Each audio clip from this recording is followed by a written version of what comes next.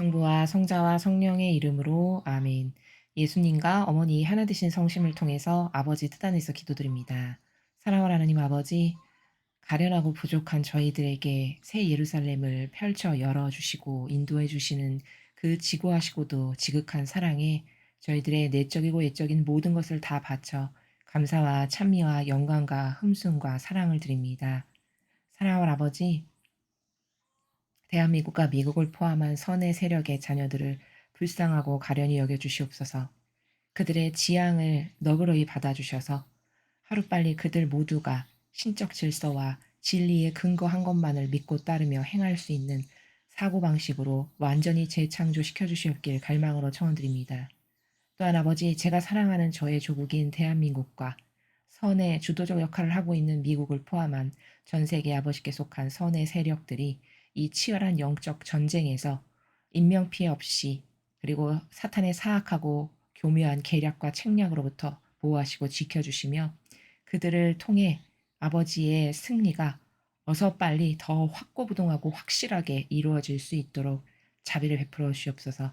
특히 대한민국의 아버지께서 새로 허락하여 선출되게 하신 대통령과 장관과 그들을 협력하고 돕는 모든 선의 세력과 아직도 감옥에 갇혀 있는 우파의 선의 세력들과 그리고 이 나라에 남아있는 아버지께 속한 자녀들, 그들을 아버지의 그 거룩하신 성심의 매 순간 봉헌드립니다. 그들을 용맹한 전사가 되게 하시고 군사가 되게 하셔서 역겹기 그지없는 마귀와의 치열한 전투에서 물러서지 않고 아버지의 충직한 도구요 종으로서 맞서 싸워 이길 수 있는 그런 자녀들이 될 수 있고 리더들이 될 수 있도록 축복하여 주시며 앞으로 대한민국의 수많은 분야의 리더들은 예수님과 어머니의 정신과 가르침과 모범의 속성만을 가진 영혼들이 이 나라의 각계각층의 다양한 리더들이 될 수 있도록 축복하여 주시옵기를 갈망으로 청드립니다. 이 모든 기도 우리 주 예수 그리스도의 이름으로 기도드리나이다. 아멘. 성부와 성자와 성령의 이름으로 아멘. 안녕하십니까? 하나님의 뜻 성교의 피아수녀입니다. 오늘도 여러분들과 함께 하나님 아버지께서 과연 사랑하시는 아버지께 속한 남은 자녀들에게 어떤 진리의 말씀을 주셨을지 학습해 보도록 하겠습니다. 2022년 7월 23일 대중을 위한 메시지. 복되신 동정 마리아께서 말씀하십니다. 찬미 예수님, 자녀들아 너희가 이 메시지들을 소화하면서 나는 너희에게 세상의 미래를 맡긴다. 아무도 국가와 세계 안보, 믿지 않는 이들의 구원, 그리고 각 영혼의 복지를 위협하며 펼쳐질 미래 사건들을 보지 못한다. 이 메시지들이 너희로 하여금 기도와 희생을 할 수 있는 시간이 주어졌다는 사실을 마음으로 깨닫게 하여라. 영혼들의 구원을 위한 너희의 협력자로 시간을 잘 사용하여라. 성모님의 말씀이셨습니다. 사랑하는 어머니 감사합니다. 굉장히 간단한 말씀이지만 숨겨져 있는 뜻은 엄청 위대한 말씀을 사실은 하셨습니다. 오늘. 자, 왜냐하면 첫 줄을 보시면 지금 성모님이 오늘은 주셨는데요. 말씀을 이렇게 말씀하시죠. 자녀들아 너희가 이 메시지들을 소화하면서 나는 너희에게 세상의 미래를 맡긴다 하셨습니다. 세상의 미래를 맡긴다. 여기 세상의 미래를 맡긴다가 핵심입니다. 오늘 이 전체 메시지에. 왜냐? 여러분, 그 한 가정도 예를 들어 뭐 집안 살림을 맡긴다던가 금고를 맡긴다던가 그럼 아무에게나 맡기지 않죠. 그쵸?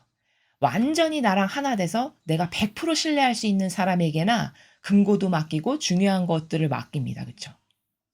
마찬가지로 그럼 그런 인간적인 사라지고 없어지고 말 것인데도 인간이 유물론적인 가치에서 중요하다라고 생각하는 것을 완전히 신뢰하고 믿을 수 있는 사람에게 맡긴다면 그것하고는 비교도 할 수 없을 세상의 미래. 아, 그럼 이거는 전부죠. 세상의 미래라 함은 그 전부인 세상의 미래를 우리에게 맡기신대요.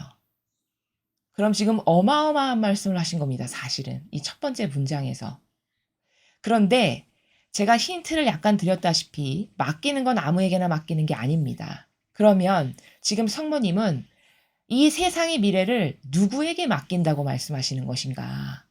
대중을 위한 메시지지만 사실은 냉정히 말하면 이 세상의 미래를 맡겨도 좋을 영혼들에게 맡기는 거죠. 그럼 맡겨도 좋을 만한 영혼들이 누굴까요, 과연? 그렇죠. 완전히 아버지의 뜻만을 행하기를 갈망하여 그 뜻에 용해된 주님의 일꾼들, 그런 영혼들에게 맡긴다라고 말씀하시는 겁니다. 그리고 여기 보면은 이 메시지들을 소화하면서 이렇게 말씀하셨어요.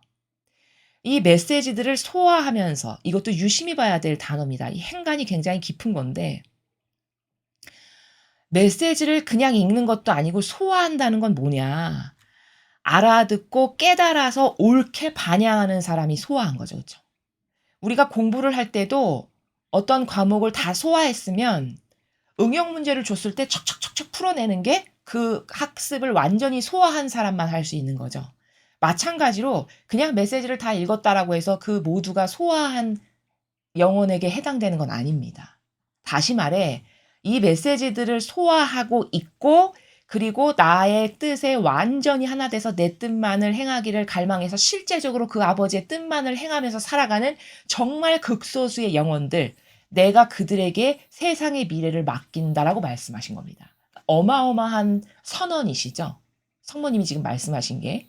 그러니까 여기서 소화와 미래를 맡긴다, 이 두 가지 단어가 굉장히 핵심인데, 전체 문장을 간파하고 깨뜨릴 수 있는 핵심인데, 소화라는 것은 다시 한번 정리하면 반향을 해가지고 올바른 열매를 주렁주렁 맺는 이런 영혼들, 그게 소화한 거고, 그리고 그런 영혼들에게 미래를 맡긴다 하셨으면 굉장히 신뢰하는 영혼이며 완전히 하나 된 영혼들에게 맡긴다라는 말씀이시고, 자, 이것을 더 풀어서 이야기하면 서술적으로 첫째는 그렇게 하느님 아버지의 뜻만을 행하고 완전히 용해돼서 살아가는 자녀들을 격려하시는 차원의 취지가 있으신 거고요.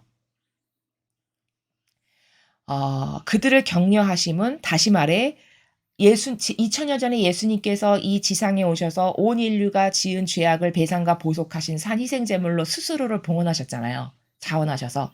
마찬가지로 지금도 배상과 보속을 매우 잘하는 그런 영혼들, 그래서 그 아버지의 뜻이 무엇인가를 항상 살펴서 그 아버지의 뜻을 스스로 자발적으로 자유의지가 찾아서 행하면서 살아가는 이런 영혼들에게 내가 미래를 맡기노라 라고 말씀하시는 것이다라는 겁니다. 그래서 이 뉘앙스는, 이 첫 번째 문장의 뉘앙스는 상당히 깊은 건데, 조금 더 깊게 들어가면 이런 의미죠. 예를 들어 부모가 아주 듬직한 자녀가 있다라 해보죠. 자녀가 10명인데 그 중에 한 명이 정말 엄마 아빠의 마음을 너무나도 잘 헤아리고 말이 떨어지기 전에 알아서 다 부모님이 원하시는 것을 자기 일로 받아들여서 솔선수범하여 척척척척 행하는 이런 자녀가 만약에 하나 있다라고 생각해보죠. 10명 중에. 그러면 그 자녀에게 모든 걸 이양하고 맡기고 싶지 않을까요? 연로하시다면 부모님이? 그렇겠죠. 지금 그런 말씀이에요. 행간의 나라, 의미, 뉘앙스의 의미가. 그러니까 다시 말해 자녀가 굳건하게 정말 책임감 있고 성실하고 한결같고 사랑이 지극하고 이렇게 해서 예수님과 어머니를 닮은 정신으로 잘 해나가고 있어. 아버지의 뜻을 자기 일처럼. 그러면 내가 쟤에게 좀 잠시 맡기고 잠시 쉬고 싶구나. 마치 이런 행간, 그런 뉘앙스도 지금 숨어져 있고, 제가 첫 번째로 말씀드린 완전히 하나 돼서 아버지의 뜻만을 행해서 열매를 맺는 자녀를 격려하시는 동시에 누구에게나 다 미래를 맡긴다라는 것이 아니라 맡겨도 좋을 만큼 예수님과 성모님께서 2000년 전에 행하셨던 배상과 보속을 하면서 아버지의 뜻을 헤아리고 살펴서 그것을 행하는, 주도적이고 자발적으로 행하는 그런 주님의 일꾼들에게 내가 세상의 미래를 맡긴다라고 말씀하시는 거다라는 겁니다. 그러면 왜 그런 이들에게 세상의 미래를 맡길까요? 아주 쉬운 거죠. 왜? 그들이 배상과 보속을 하니까요. 즉, 다시 말해 이 세상이 지금 당장이라도 벼락이 떨어지고 불바다가 돼서 죽어도 전혀 이상하지 않을 만큼, 역겹기 그지없을 만큼 변질됐고 썩었거든요. 여러분도 인정하시죠? 그렇죠? 지금 세상은 과거 이전의 어른들이 아유, 세상이 너무 우리 때랑 달라. 이렇게 말씀하셨던 거하고는 그 갭의 차원이 상상도 할 수 없을 만큼 더 심각해요. 그래서 어디 하나, 아, 그래도 저기는 아버지께서 보시면 행복하시겠다. 아, 저런 단체는, 저런 조직은, 아, 저런 국가는, 아, 그래도 아버지가 좀 안식을 취하실 수 있겠다. 이래 보이는 곳이 단 한 군데도 없을 만큼입니다. 썩지 않고 변질되지 않은 데를 찾아보기가 힘들 만큼이죠. 진리의 근거에서 봤을 때. 그렇죠. 그래서 지금이 마지막 시대예요. 그럼 이 마지막 시대는 어떤 자녀를 가장 귀하게 여기냐? 예수님과 어머니처럼 이렇게 죄악으로 가득한 세상의 죄를 제가 대신 배상보속하겠습니다 하는 이 영혼들을 가장 귀하게 여기실 수밖에 없어요. 왜? 그들 때문에 그 악이 갚아져서 천둥번개가 떨어질 것도 감해 주실 수가 있으니까. 이러니까 그런 배상과 보속과 희생의 삶과 고통의 삶을 사는 자녀들에게, 그 아버지의 성심에 완전히 하나 된 자녀들에게 내가 미래를 맡기노라, 이렇게 말씀하시는 거라는 겁니다.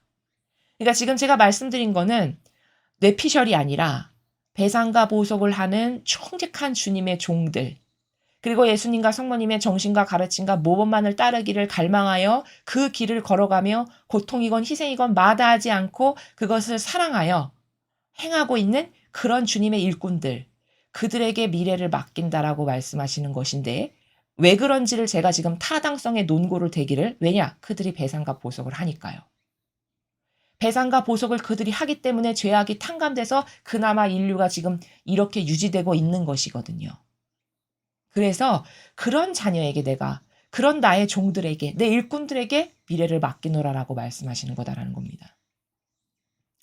자, 그러므로 이제 요 행간의 의미를 조금 더 한 차원 깊게 들어가면, 그러니까 어떤 측면으로는 그러한 자녀들에게 의무를 지우시는 말씀이시면서 그런 자녀들은 능동적으로 더 열심히 해야 하는 이런 의무가 주어지는 그런 행간의 나라다라는 겁니다.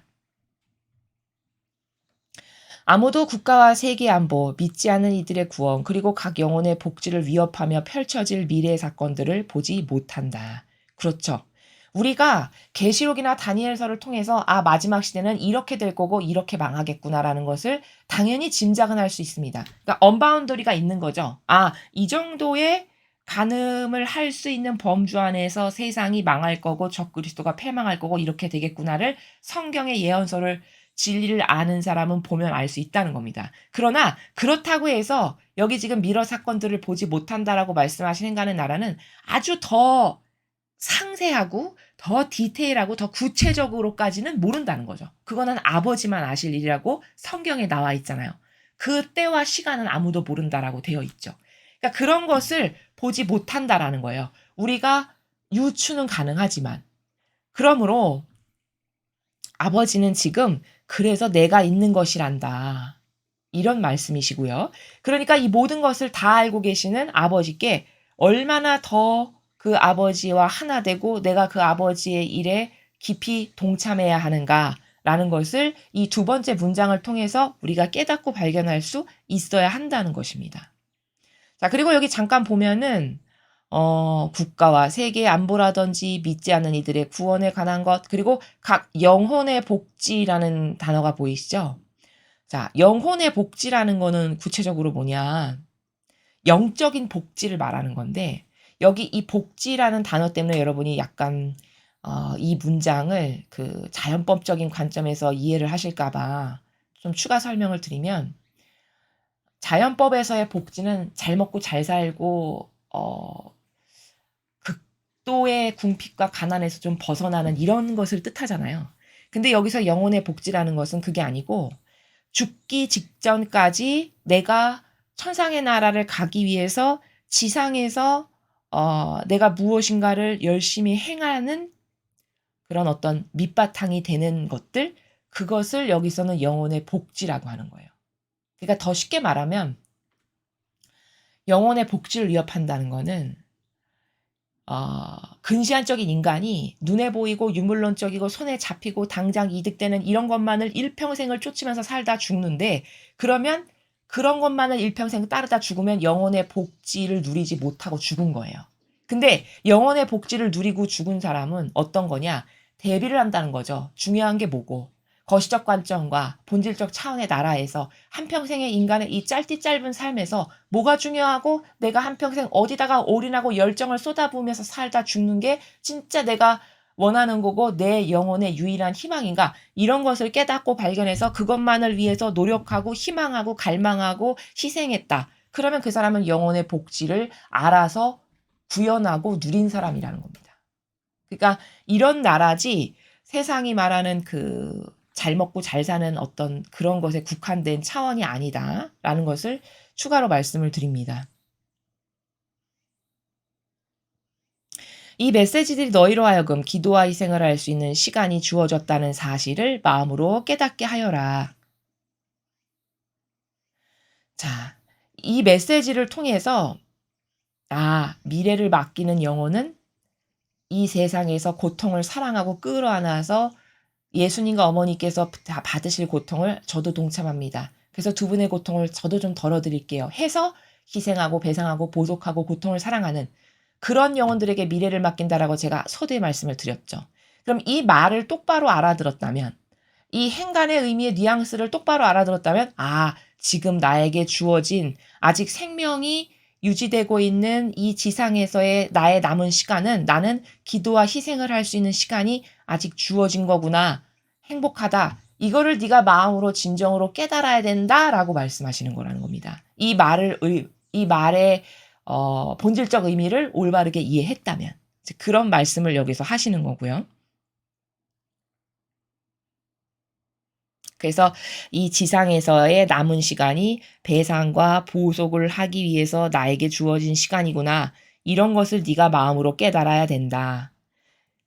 진정하게 이런 말씀을 지금 이 문장에서 하시는 겁니다. 영혼들의 구원을 위한 너의 협력자로 시간을 잘 사용하여라. 자, 마지막 문장은 여기 보면 영혼들의 구원을 위한 너의 협력자로 시간을 잘 사용해라. 이렇게 말씀하셨죠. 그러니까 이 문장은 무슨 뜻이냐면 남은 시간이 협력자다. 다시 말해 너에게 얼마의 시간이 남아있는지는 모르겠지만 남아있는 그 시간 동안 너는 영혼을 구원하기 위한 희생도 하고 기도도 하고 배상도 하고 보속도 할 수 있는 그 남아있는 시간이 너의 구원을 위한 그리고 너의 이웃의 구원을 위한 유일한 그 남은 시간이 협력자라는 사실을 네가 잘 이해하고 깨닫고 알아들어서 그 시간을 잘 사용해야 된다라고 말씀하시는 그런 내용입니다. 오늘 메시지는 성모님께서 주신 내용으로서 굉장히 짧지만 그 숨겨져 있는 내포적 의미는 굉장히 어마어마한 엄청난 하느님께 하나 된 영혼에게는 정말 큰 위로와 격려가 되는 엄청난 축복의 말씀이셨습니다. 여러분도 남아있는 시간 동안 죽고 나서 내가 정말 후회하지 않으려면 지금 나에게 주어져 있는 이 남은 시간 나는 무엇을 하는 것이 내 영혼을 위해서 그리고 아버지를 기쁘시게 해드리기 위해서 가장 좋은 것일까? 이런 것을 매 현순간 곰곰이 생각하셔서 그때그때마다 아버지 뜻 진리 안에서 올바른 결정을 하시는 그런 여러분들이 되셨으면 좋겠습니다. 이상으로 2022년 7월 23일 대중을 위한 메시지 해설을 마치겠습니다. 감사합니다.